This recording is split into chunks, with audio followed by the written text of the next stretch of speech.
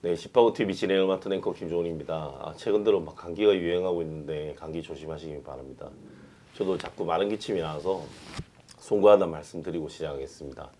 네, 오늘 그 부동산 시장도 많이 얼어붙고 있는데 오늘 가상자산 거래소에서 저 위메이드가 발행한 위믹스란 코인이 상장 폐지되면서 뭐 지금 사실 그 IT 시장이 꽁꽁 얼어붙었습니다. 여기에 더해서 부동산도 지금 한참 뭐 난린데 정부가 그나마 최근 들어서 소위 조금 세부 부담을 덜어줄 수 있는 정책을 많이 발표하고 있는 것 같습니다. 그래서 정부가 공시가 현실화시킨다는 정책을 전면 보류하고 2020년 수준으로 지금 낮추겠다고 일단 이렇게 발표를 했습니다. 저희가 저희 방송에서 지금 위원님이랑 계속 주장해왔던 내용이기도 합니다. 네, 오늘은 김효선 NH농협은행 부동산 수석위원님 모시고 이야기 나눠보도록 하겠습니다. 어서 오세요. 네, 안녕하세요. 네, 집값은 계속 이렇게 내려가는데 보유세 부담이 늘어나다 보니까 세금 부담이 이렇게 커지는 걸 좀 완화시키려고 정부가 2020년 수준으로 되돌린다고 밝혔는데 뭐 구체적으로 어떻게 되나요?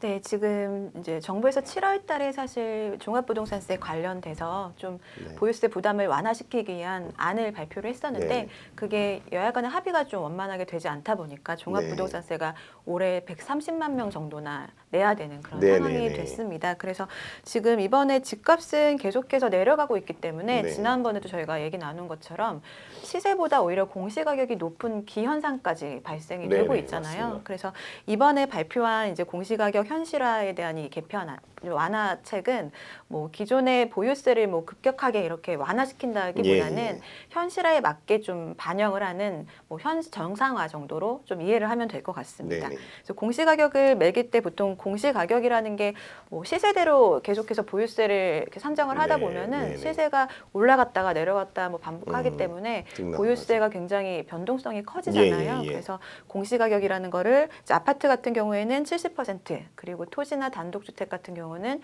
60% 수준으로 공시가격을 산정을 하게 됩니다. 네. 그래서 그걸 가지고 이제 공제 금액을 뭐 1주택자는 6억 원 정도 그리고 다주택자는 지금 현재는 11억 원을 공제해주고 네. 거기에 공정시장가액 비율이라는 걸 곱해서 네. 이제 과세 표준이 되는 거죠. 그래서 거기에 세율을 곱하게 되는데 네네. 사실 이제 세율이라던가 이런 것들은 법안 개정이 돼야 되기 때문에 네네. 정부에서 단독으로 할 수 없는 부분이죠. 네. 그래서 지금 법안 개정이 필요 없는 공정시장가액 비율이라는 거를 좀 완화시켜준다는 내용이 지금 발표가 된 겁니다. 네. 그러면 이번 결정으로 인해서 뭐 구체적으로 뭐 낮아지는 세금이 어느 정도 될지 한번 예를 들어서 말씀해 주시죠. 그러니까 지금 이제 핵심은 2년 전 수준으로 네네. 보유세를 좀 부담할 수 있도록 네. 하겠다라는 내용이 핵심이거든요. 그래서 지금 2017년도에는 보유세를 냈던 네. 분들이 이제 30만 명이 네네. 됐는데 이제 올해 130만 명으로 네. 늘어난 거잖아요. 네네.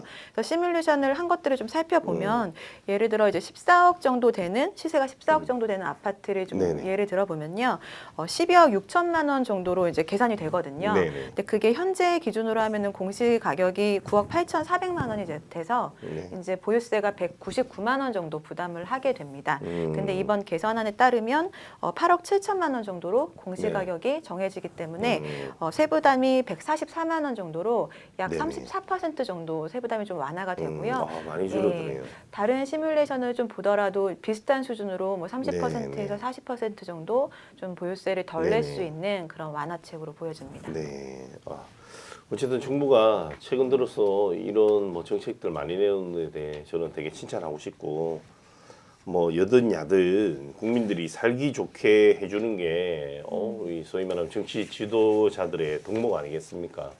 이런 걸로 싸우지 말고 잘 합의해서 하면 좋을 것 같습니다. 또 이 재산세 매길 때 쓰는 공정시장 가액 비율도 1세대 1주택자의 경우에는 낮춘다고 하던데 어떻게 되는 건가요?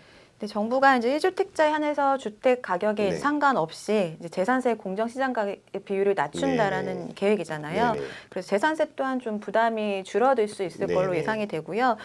공정시장 가격 비율을 65%에서 이제 45%까지 낮춘 적이 있었는데 네네. 내년도에는 45%보다도 더 더 낮은 낮춘다. 수준으로 인하할 계획을 갖고 있습니다. 네. 근데 구체적인 인하 수준은 지금 당장 결정될 수는 네네. 없고 이제 내년 4월 정도 확정하기로 네네. 된 상태고요. 네. 그리고 그리고 법적인 그 상한이 40%까지 낮아질 네네. 가능성이 좀 높다라고 예상이 되고 있습니다. 근데 지금 네. 이번 이런 여러 가지 완화책에 불구하고 이제 네. 거래가 계속해서 안 되고 있는 상황들은 이어질 네네. 수밖에 없는 상황이잖아요. 네네네. 그래서 지금 뭐 대출을 많이 받아서 주택을 매입한 분들도 예. 굉장히 좀 고통을 받고 있고, 근데 그렇죠. 여러 가지를 법적인 것들을 좀 이렇게 변화시켜서 할 수 있는 부분이 많지 않기 때문에 이렇게 현실적인 것부터 좀 하도록 계획을 세우고 있는 부분은 굉장히 좀 잘 하고 네. 있는 부분이라는 생각이 되고요. 네네. 뭐 가격은 지금 하향 안정화되고 있어서 뭐 괜찮게 가고 있는 상황인데, 이제 그거 외에 이제 대출을 많이 받은 사람이라던가 이런 분들이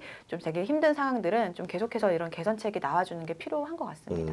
그러니까 그 대출 상한선이나 뭐 DSR 비율도 좀 건드려야 된다 이런 주장들이 많긴 하던데 이게 또 너무 복잡한 문제죠. 뭐 낮추게 되면 가계 부채가 올라가고 뭐 이런 네. 문제들이 생기니까.